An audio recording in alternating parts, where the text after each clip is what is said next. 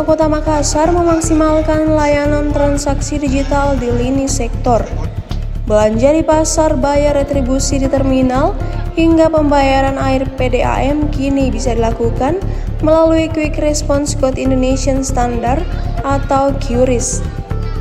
Penerapan digitalisasi ini diresmikan di Pasar Dayak, Kecamatan Biringkanaya, Senin 28 Juli 2025.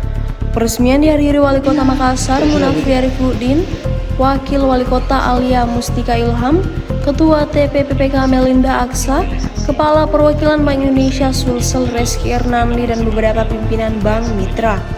Hadir juga Legislator DPRD Makassar Andi Suharmika dan Ismail, serta beberapa pejabat lingkup Pemkot Makassar.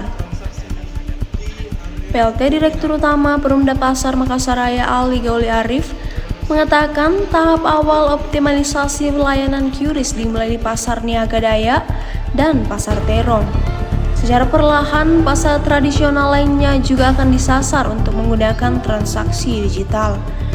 Sosialisasi ke pedagang sudah dilakukan dengan masif. Mereka diharapkan melek teknologi dan memanfaatkan digitalisasi dengan baik, termasuk dalam bertransaksi.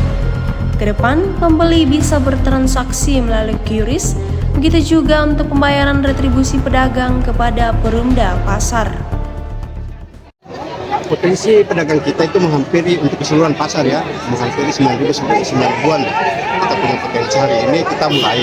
Ini kan launching enggak, tapi untuk secara bertahap semua pasar setelah ini akan kami coba untuk digitalisasi pembayaran sudah pakai resmi. Kalau untuk Dayak sendiri sama Terong Pak? Dayak Terong itu 700 tambah 1.300-an. Potensinya cukup besar. Jadi, tapi sebetulnya pesannya begini. Kalau QRIS ini untuk menengah ke atas itu selesai persoalan di luaran ya. Ini untuk menyasar menengah ke bawah, kita pun mulai di pasar-pasar yang kita punya.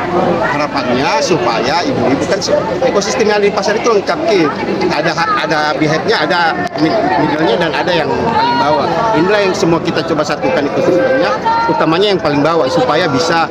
Maka hari ini ada juga ibu-ibu PKK, karena ini kita anggap tempat yang bagus untuk bagaimana mensosialisasikan list ini di pemakai paling bawah.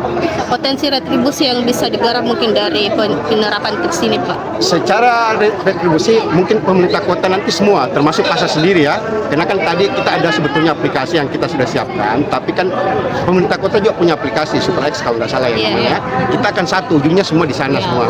Iya, jadi secara database ini datanya cuma nanti mungkin ada data yang masuk untuk sinkronis ke tempat kita sebagai database di pasar. Download Tribun X sekarang, menghadirkan lokal menjadi Indonesia.